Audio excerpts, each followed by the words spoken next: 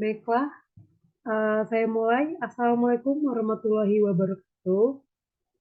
Perkenalkan, nama saya Ismi Rahmi dengan PM 2014-18-1008 dari Ilmu Tanah, Fakultas Pertanian, Universitas Lampung, Angkatan 2022. Baik, di sini saya akan membuat video mengenai presentasi tugas metode ilmiah mengenai bioremediasi. Baik, untuk topik-topik pembahasan yang akan kita bahas pada video kali ini yaitu yang pertama mengenai pengertian bioremediasi, kemudian mekanisme bioremediasi, kemudian teknik bioremediasi, kemudian yang keempat faktor-faktor bioremediasi, yang kelima analisis SWOT bioremediasi, kemudian yang keenam peran mikroba dalam bioremediasi. Baik, langsung saja ke topik yang pertama yaitu mengenai pengertian bioremediasi. Bioremediasi merupakan proses perbaikan lingkungan yang tercemar dengan menggunakan organisme, baik itu bakteri, fungi, tanaman, atau enzim lainnya untuk memperbaiki atau mengembalikan keadaan lingkungan yang tercemar. Jadi, bioremediasi itu bertujuan untuk memperbaiki lingkungan yang tercemar menggunakan enzim-enzim maupun organisme bakteri fungi yang lainnya untuk memperbaiki atau mengembalikan keadaan yang semula. Kemudian yang selanjutnya yaitu terdapat mekanisme bioremediasi.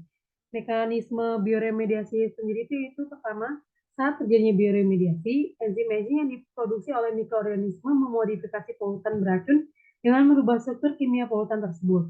Bioremediasi berujung pada biodegradasi, di mana polutan beracun terdegradasi. Polutan yang menjadi tidak kompleks dan akhirnya menjadi metabolit yang tidak berbahaya dan beracun. Jadi, enzim-enzim yang dihasilkan oleh organisme yaitu dari fungi, bakteri, yeast maupun alga itu merubah struktur kimia yang dari kompleks menjadi tidak kompleks sehingga polutan-polutan yang berada di tempat limbah itu menjadi tidak beracun, tidak berbahaya maupun tidak beracun. Kemudian selanjutnya yaitu mengenai teknik bioremediasi. Nah, teknik bioremediasi ini sendiri dibagi menjadi dua, yaitu bioremediasi in situ dan bioremediasi ex situ. Baik, yang pertama akan kita bahas yaitu mengenai bioremediasi in situ. Bioremediasi in situ merupakan teknik bioremediasi yang melibatkan pengelolaan polutan secara langsung pada tempat tercemar dan menggunakan mikroorganisme yang ada di tempat tersebut untuk meremediasi. Teknik ini umumnya disenangi karena lebih mudah dilakukan dibanding dengan teknik bioremediasi ex situ.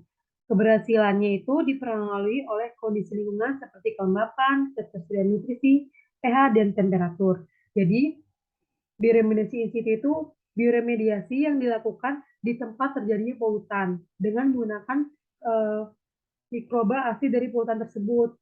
Jadi dia tidak menambahkan mikroba-mikroba lain. Nah, jadi kelebihan dari bioremediasi in situ itu sendiri yang pertama itu ramah lingkungan. Yang kedua, dia memiliki biaya yang lebih murah dibandingkan teknik bioremediasi yang ex situ. Kemudian, baik melanjutkan mengenai bioremediasi ex situ. Bioremediasi ex situ merupakan teknik bioremediasi yang dilakukan di luar tempat asli mikroba atau terjadi pengisolasian mikroba yang dilakukan dengan mengambil limbah di suatu lokasi tercemar, kemudian dilakukan beberapa perlakuan di tempat lain. Teknik bioremediasi ini cenderung lebih cepat, lebih mudah dikendalikan, dan dapat digunakan untuk terima berbagai polutan.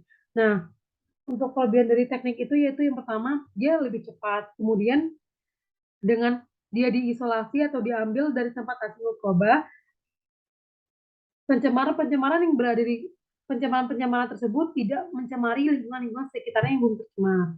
Nah, selanjutnya yaitu kita akan membahas mengenai macam-macam bioremediasi in situ. Nah, bioremediasi in situ sendiri itu dibagi menjadi dua, yaitu bioremediasi intrinsik dan bioremediasi biostimulan. Bioremediasi intrinsik merupakan teknik bioremediasi yang sangat bergantung pada proses penguraian secara alami tanpa menambahkan sedikit pun stimulan. Teknik ini dikendalikan dengan cara membantu proses penguraian untuk memastikan proses bioremediasi masih berlangsung. Jadi, teknik bioremediasi intrinsik ini menggunakan mikroba atau organisme yang ada di tempat terjadinya limbah tersebut tanpa menambahkan stimulan atau bahan perangsang apapun. Kemudian bioremediasi biostimulan merupakan bioremediasi yang laju pengurangannya dilakukan dengan menambahkan stimulan untuk memodifikasi lingkungan dan meminimalisir faktor pembatas. Stimulan harus mampu mengaktifkan mikroba lokal dengan agen pengurai. Nah, jadi kalau yang biostimulan ini terjadi penambahan biostimulan agar merangsang atau mengaktifkan mikroba lokal yang ada di tempat terjadinya di tempat terjadinya limbah. Nah, biasanya bioremediasi biostimulan ini prosesnya lebih cepat dibandingkan oleh bioremediasi intrinsik.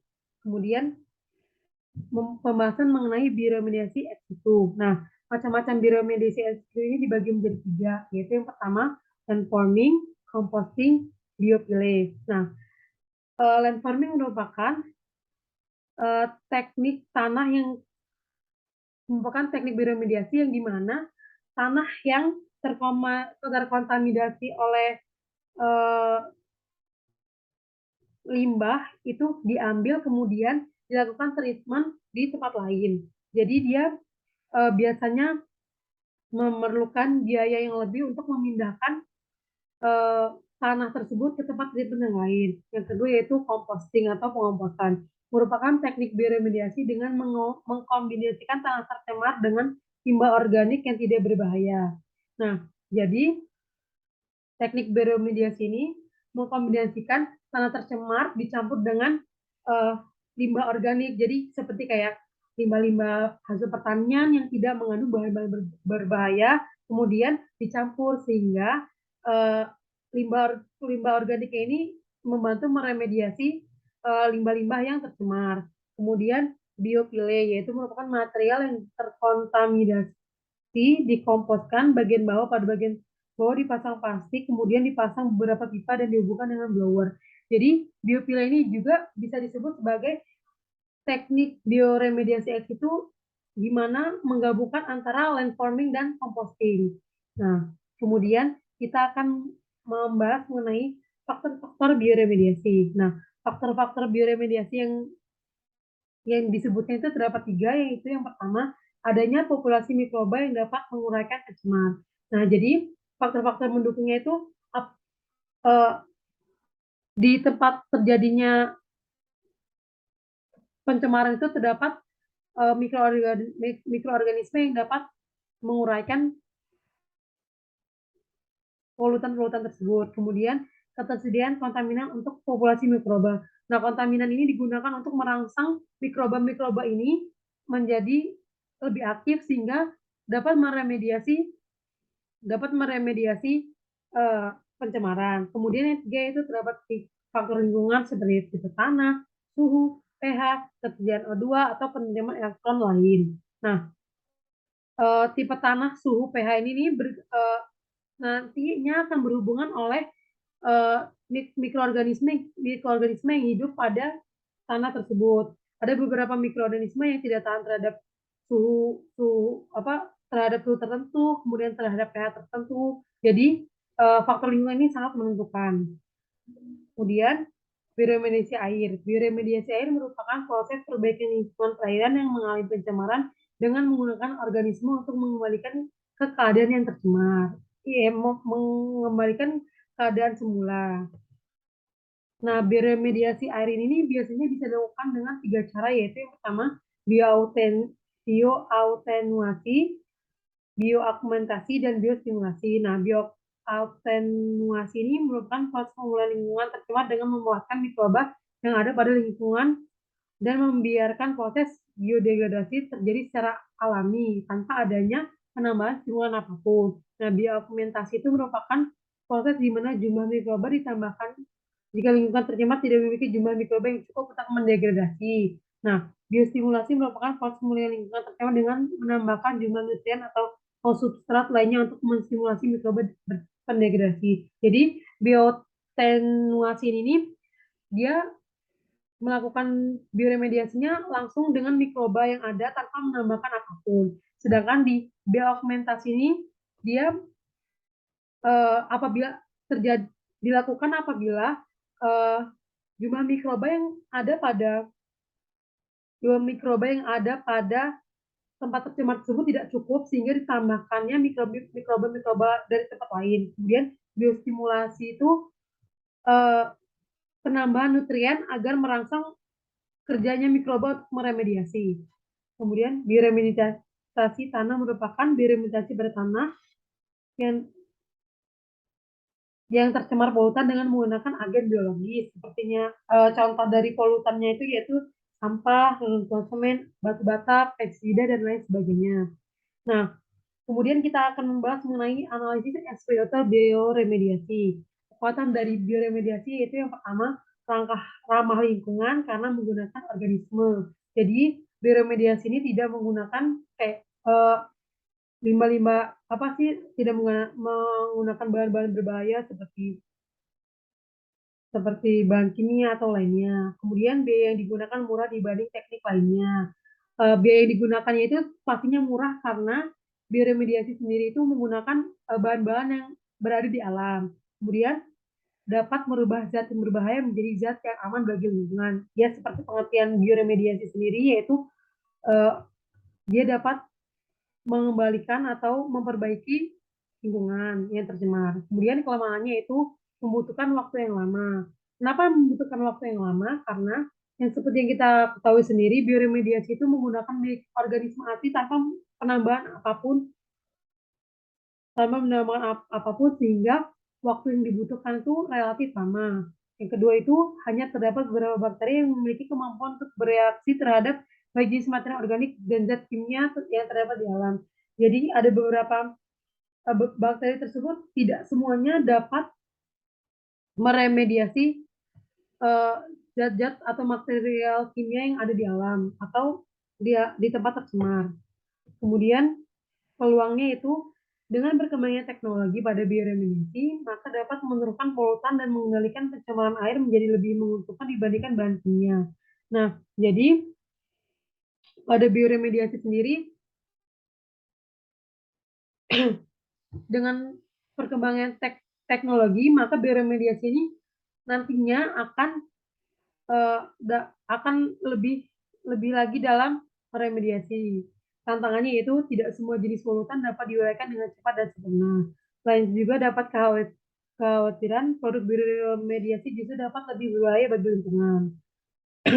Kemudian peran mikroba dalam bioremediasi.